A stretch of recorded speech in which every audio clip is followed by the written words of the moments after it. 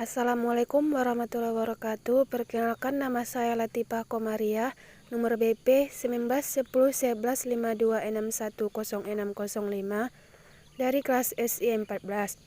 Mata kuliah Analisa dan Perancangan Sistem Informasi 1.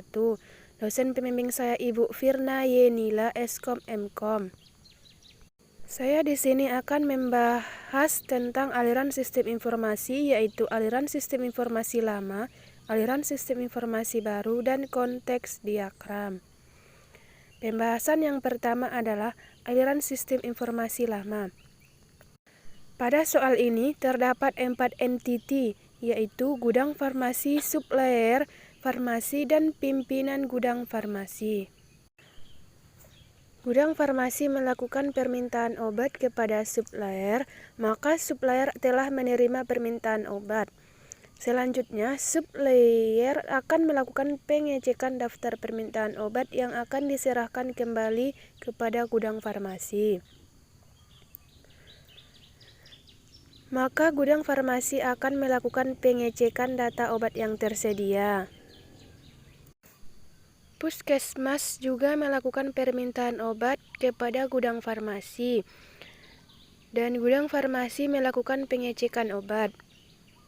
Setelah itu, gudang farmasi mengeluarkan surat bukti barang luar atau SBBK beserta obat yang diminta dan menyerahkannya kembali ke puskesmas untuk ditandatangani.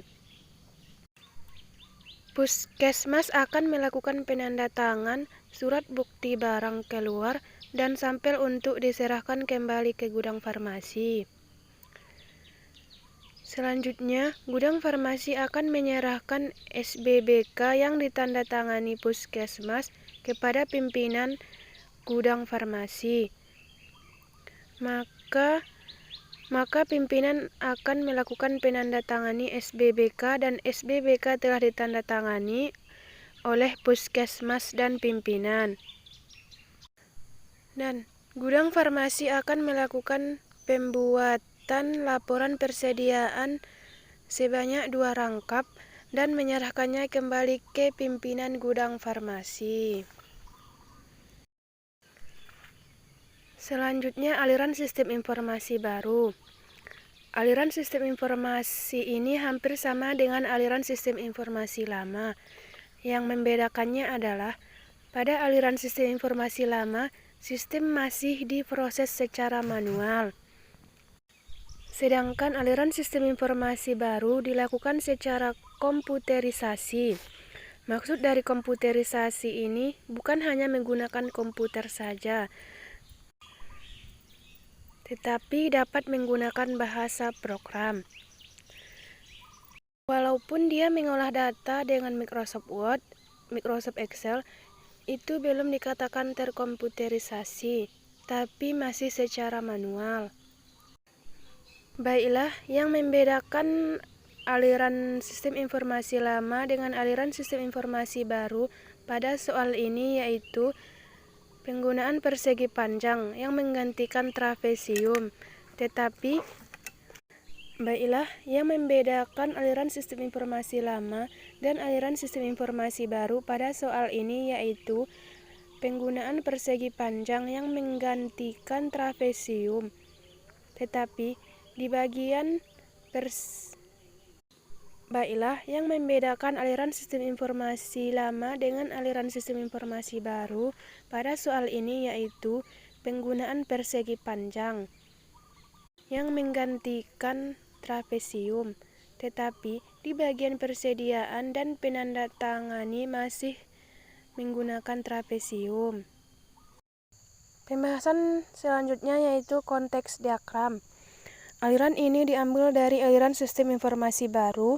Di dalam soal ini terdapat 4 entiti atau tabel terminatornya yang menggunakan simbol persegi panjang. Gudang farmasi akan melakukan permintaan obat kepada supplier dan berhenti di sistem.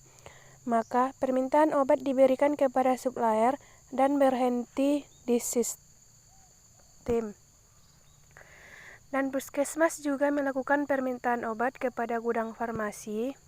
Selanjutnya, gudang farmasi mengeluarkan SBBK beserta obat dan menyerahkannya kembali ke puskesmas. Puskesmas telah menandatanganinya dan menyerahkannya kembali ke gudang farmasi.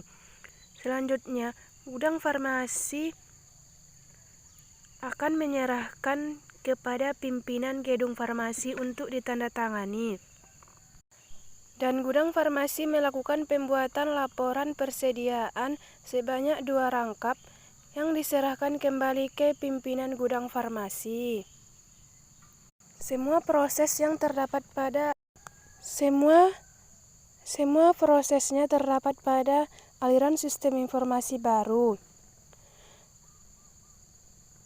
Setiap aliran dari sebuah entity menuju proses, maka aliran tersebut adalah aliran input, dan setiap aliran dari proses menuju entity, maka aliran tersebut adalah output.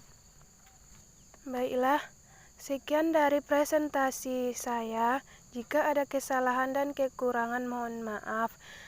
Wassalamualaikum warahmatullahi wabarakatuh.